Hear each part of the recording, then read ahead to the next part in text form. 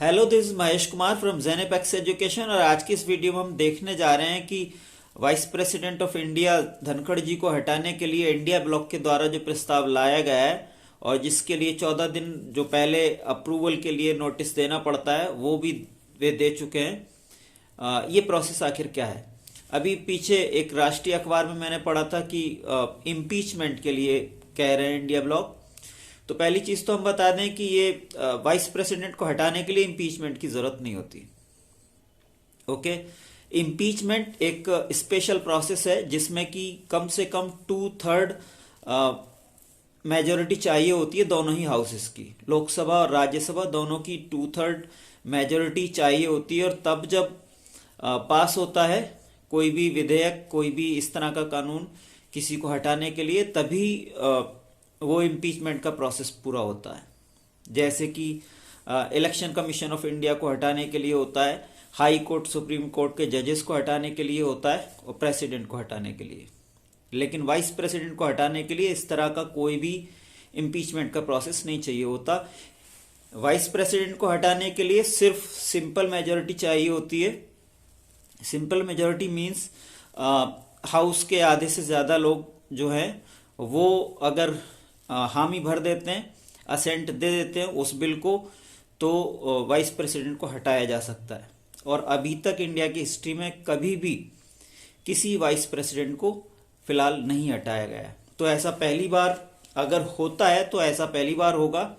हालांकि ऐसी होने की संभावनाएं ना के बराबर है, क्योंकि इंडिया ब्लॉक जो है उसके पास जो रिक्वायर्ड बहुमत चाहिए होता है, सिंपल मेजोरिटी भी जो चाहिए होती है, वो भी उसके पास है नहीं। जैसा कि आप जानते ही होंगे 245 इस टाइम टोटल स्ट्रेंथ है राज्यसभा की, और 245 में से मेजोरिटी अगर आपको सिंपल मेजोरिटी भी चाहिए तो एटलीस्ट 123 मेंबर्स आपकी साइड में होने चाहिए, जबकि इंडिया ब्लॉक के पास 80 ऑड में ही टोटल मेंबर्स हैं।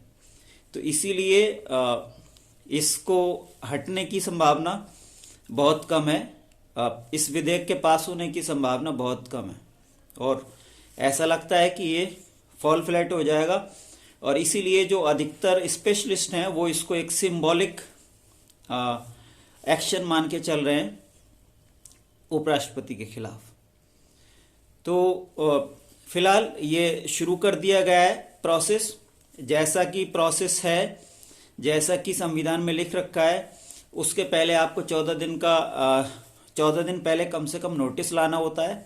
वो नोटिस भी वे दे चुके हैं। और इंटरेस्टिंगली इस सेशन में अब ये वैसे भी नहीं हो पाएगा, क्योंकि जो रिमेनिंग डेज हैं 10 दिन के समथिंग बचे हैं सर्दी का जो सेशन है उसमें, तो जल्दी ही ये सेशन भी एंड होने वाला है। और सेशन एंड होने के बाद क्या होता है ये देखने वाली बात होगी फिलहाल।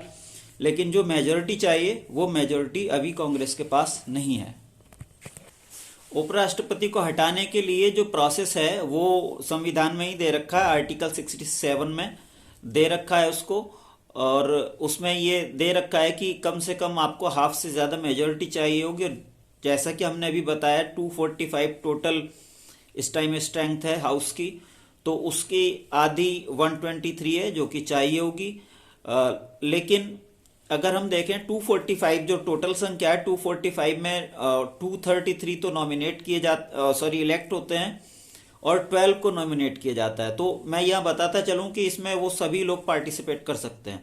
नॉमिनेटेड जो रहते हैं वो मेंबर्स भी वोट कर सकते हैं और जो इलेक्ट हैं वो भी वोट कर सकते हैं। सारे लोग इसमें वोट कर सकते हैं। तो इस तरह से ये प्रोसेस है। और इसमें इम्पीचमेंट जैसा कुछ नहीं है, जैसा कि कुछ जगह आपने पढ़ा होगा, सुना होगा। उपराष्ट्रपति का इम्पीचमेंट नहीं होता, उन्हें सिंपली अपने पद से रिमूव किया जाता है। और उपराष्ट्रपति जैसा कि आप जानते ही होंगे सॉरी, उपराष्ट्रपति एक्स ऑफिशियो चेयरमैन होते हैं राज्यसभा के, और वहीं से ये विवाद हुआ है।